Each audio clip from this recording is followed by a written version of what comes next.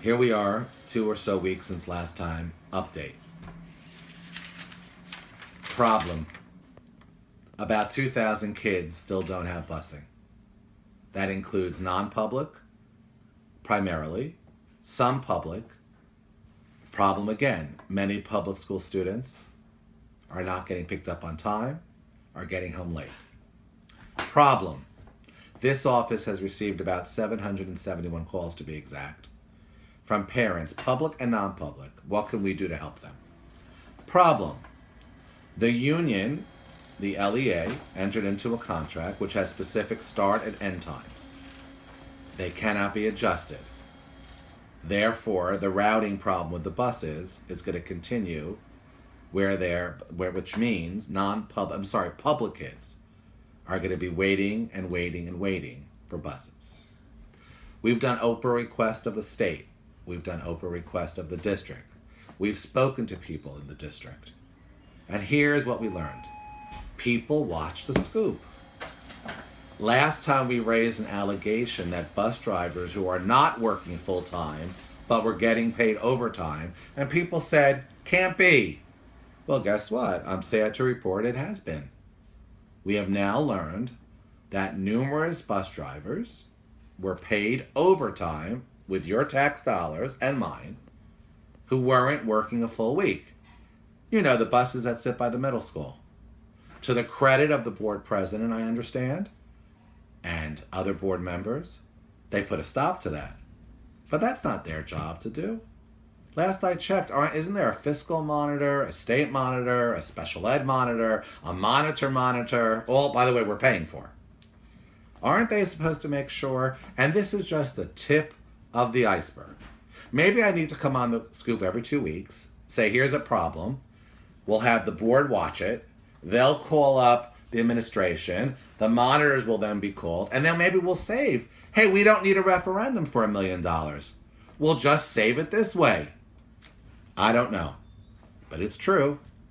And again, a credit to the board president and other board members for putting an end, a kibosh, to overtime being paid to drivers who weren't working full-time. But here are some more interesting facts. Versatrans, a computer system that routes buses, purchased with your and my tax dollars while I was still at the Board of Ed. Till today, the non-public consortium is denied access to all the streets, all the routes, all the non-public routing. They have to go through, go figure this, a third-party person to be able to map out the routes for the non-public kids, pay that person out of the money allocated for busing to do that. Does this make sense to you? This sounds like a tragic comedy. Financing. Get a hold of some of the paperwork, not signed by the board president, thank God, not signed by board members, but apparently signed by the former BA. The district, as you know, entered into a lease purchase agreement.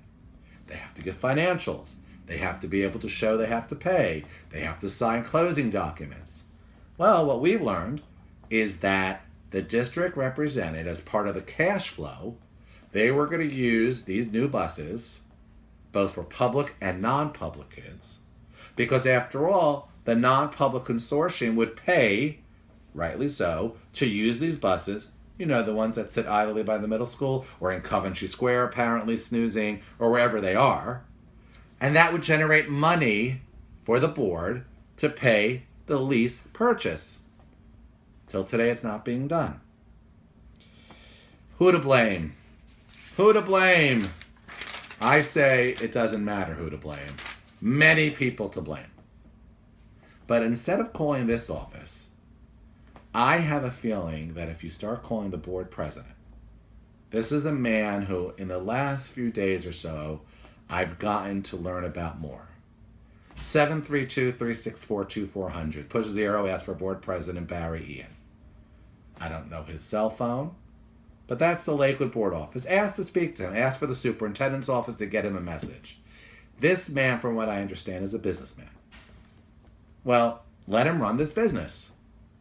And while he's at it, let's get to the bottom, because on November 3rd, there are 2,000 children who are not getting busing that were assured were getting busing. Let's not blame anyone. Let's solve the problem. Let's collaborate. Let's work together. Also, tax dollars. The township, who, to their credit, assumed this obligation to pay for the public school children hazardous busing. They didn't have to do it. They did it. That was the agreement. The consortium buses the non-public kids, mandated or not. The township buses the public school kids, hazardous, and the board buses everyone else. The township committed $1 million+ dollars. Do they know that those numbers they were given are accurate? What numbers? The township has agreed to bus courtesy public school kids only. Pay the bill. The board will bus them, we'll pay. Is there any credibility to that number? Did anyone check and say, hey, guys in the transportation department, the ones getting the overtime, the ones that we can't use Versatrans, the ones. Are these numbers, here's the bill, Lakewood Township, for $1 million, maybe $2 million, whatever the number is. Did anyone bother to say, wait a minute, the data that we're getting is not accurate. The township shouldn't pay $1 to the district until there's an accounting of the following. How many non-public kids are mandated and non-mandated? How many public school kids are truly hazardous, not mandated, because they're paying for everyone who's hazardous? Doesn't seem like there's a lot of accountability here. The township, to their credit, has agreed to do what I will call a mitzvah, a good deed. But good deeds doesn't mean that you and me or me and you should just be taxed to death to pay for what the Board of Ed should pay, the state should pay, or someone else should pay. Again, the Board of Education, that is the members, and 9 of them, they're not to blame here. They're not running the district, and they're not supposed to. They have an administration, they have a monitor, they have a monitor's monitor, they have a monitor's monitor's monitor.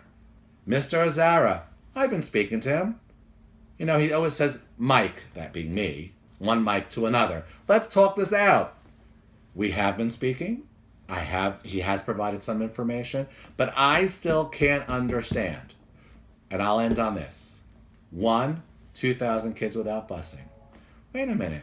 Does this consortium have enough money? What's going to happen? Because safety comes first, I agree. But there has to be some accountability. What's going to happen when the consortium, God forbid, runs out of money? Who's paying that? Guess who? You and me. Stop. Accountability is needed, and that accountability has to come from somewhere. And again, not the Board of Ed members. They're trying their hardest. The monitors. We need to go to Trenton and say, Trenton, something is not working. You told us we're in deficit. Oh, I forgot to say. And give us another $1 million next week, please, because we have this deficit. Well, you know what I say? Look at the overtime you paid the bus drivers, which now you're getting back, hopefully. Then start looking at all the other monies probably you paid that you shouldn't have. And guess what? You won't need our money anymore. Guess what the time has come? The funding formula has never been fair. I've heard this for 25 years. It's time to fix it. It's time to stop asking the taxpayers for more and more money. The monitors, who are now being monitored, have been here long enough, and we're still in debt. Have a good day. And hopefully, your kid's getting bused real soon.